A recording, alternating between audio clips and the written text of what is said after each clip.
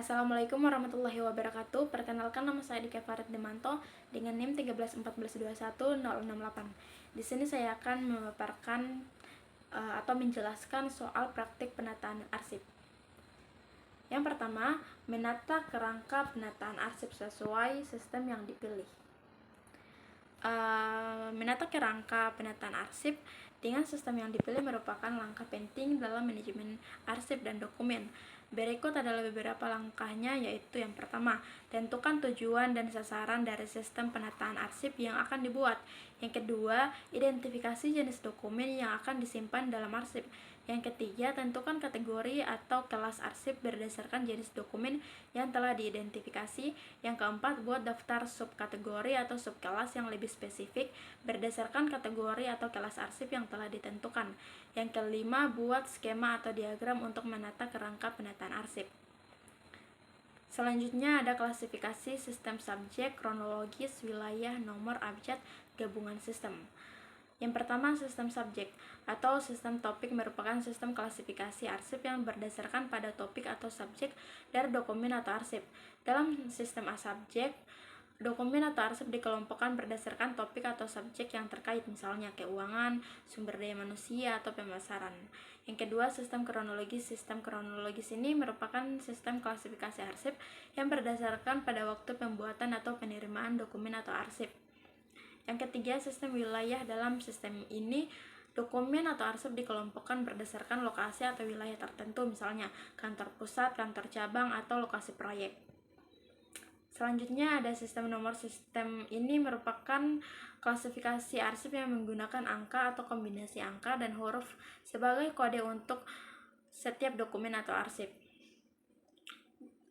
Selanjutnya ada sistem abjad, yang dimana sistem ini tidak berhubungan dengan waktu, kronologis untuk dokumen atau arsip yang berhubungan dengan waktu, dan subjek untuk dokumen atau arsip yang berhubungan dengan topik atau subjek. Yang ketiga, sistem gabungan. Sistem gabungan ini adalah klasifikasi arsip yang menggunakan beberapa kriteria dalam pengelompokan dokumen atau arsip, misalnya gabungan antara sistem subjek dan kronologis atau gabungan antara sistem wilayah dan nomor. Dalam sistem ini, dokumen atau arsip dikelompokkan berdasarkan beberapa kriteria yang relevan dengan dokumen atau arsip tersebut. Selanjutnya ada praktik mengindeks nama orang, nama perusahaan, nama subjek. Yang pertama, mengindeks nama orang dengan cara dilakukan mencantumkan nama lengkap, nama depan atau nama belakang dari orang tersebut tergantung pada kebutuhan dan jenis dokumen atau arsip yang diindeks. Yang kedua, mengindeks nama perusahaan dengan cara perusahaan biasanya dilakukan dengan mencantumkan nama lengkap perusahaan, singkatan perusahaan, atau nama pemilik perusahaan. Yang ketiga, mengindeks nama subjek dengan dilakukan mencantumkan kata kunci yang relevan dengan topik atau subjek yang dibahas dalam dokumen atau arsip tersebut. Selanjutnya, praktek mengkode dengan sistem alfabetik kode, numerik kode, dan alfabetik numerik kode. Yang pertama, sistem alfabetik kode. Cara mengkode dengan sistem alfabetik biasanya dilakukan dengan memberikan kode huruf pada setiap dokumen atau arsip secara berurutan seperti A, B, C, dan seterusnya. Yang kedua, sistem numerik kode. Sistem ini menggunakan metode pengkodean yang menggunakan angka sebagai kode untuk setiap dokumen atau arsip yang ada. Contohnya seperti 001, 002, 003, dan seterusnya. Yang selanjutnya, sistem alfabet numerik kode.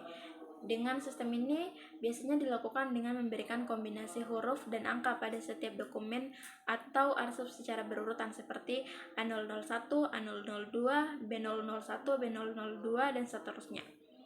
Praktik selanjutnya ada praktik menyusun kerangka penataan sistem penyimpanan arsip ke dalam box file, yang dimana menyusun kerangka penataan sistem penyimpanan arsip dalam box file ini penting dalam pengelolaan arsip dan dokumen. Berikut beberapa langkahnya. Yang pertama, tentukan kategori dan subkategori arsip. Yang kedua, beri label pada box file. Yang ketiga, tentukan urutan penyimpanan arsip. Yang keempat, gunakan sistem kode dan indeks. Yang kelima, pastikan penyimpanan arsip teratur dan rapi. Yang keenam, catat informasi penting pada daftar inventaris. Baik, itulah penjelasan dari saya. Jika ada salah kata mohon dimaafkan. Wabillahi taufiq wal hidayah. Wassalamualaikum warahmatullahi wabarakatuh.